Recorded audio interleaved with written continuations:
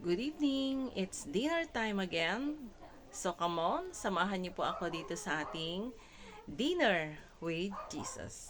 Minsan pa nating pakainin ang ating mga spirito upang patuloy itong malakas at patuloy na matatag.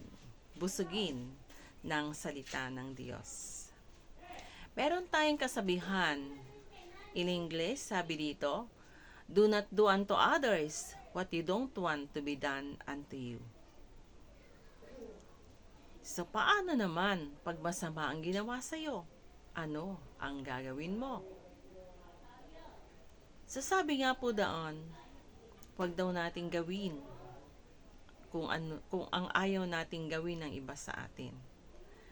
Pero kahit gumagawa tayo ng mabuti, patuloy na merong gumagawa ng masama sa atin.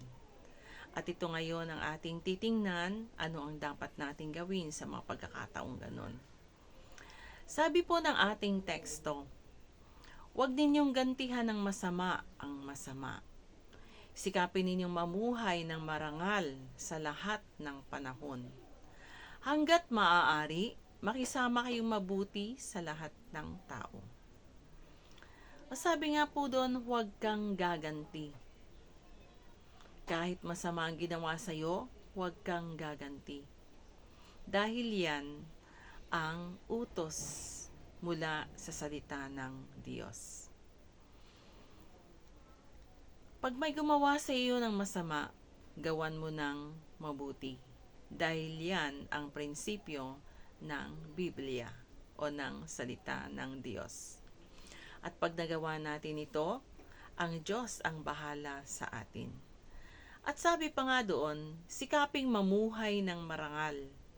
Walang nasasagasaan sa iyong mga ginagawa. Wala kang inaagrabyado. Pantay ang timbangan mo kung ikaw ay nagbi-business. Hindi masyadong malaki ang patong, no? At nagbabayad ng tama kung ikaw ay amo at meron kang mga nagtatrabaho sa iyo, mahalaga na bayaran ng tama at tamang halaga at tamang oras. Dahil ang ating mga manggagawa o ang mga manggagawa ay nakaasa lamang sa kanilang kikitain. Sa mahalaga na mabayaran sila sa takdang araw at tamang halaga. At sabi pa doon, huwag magtatangi. No? Dahil sabi nga, hanggat maari, makisama kayong mabuti sa lahat ng tao. Huwag pipiliin ang pakikitunguhan. Pakisamahan ang lahat, anuman ang kanyang kalagayan. So kung meron man kayong mga karanasan na kung saan naranasan ninyo ang hindi tamang pagtrato ng ibang tao, hayaan nyo na ito. Walang nalilihim sa ating Panginoon. At ang lahat ng iyan ay siya ang bahala.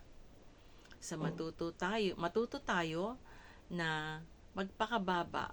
Ang hindi pagganti ay pagpapakababa. At laging usalin ng ating mga labi ang bahala ka na, aming Diyos. Ayan. Good evening once again sa maikling kapahayagan ng salita ng Diyos. Nawa po kayo ay nabusog dito sa ating Dinner with Jesus.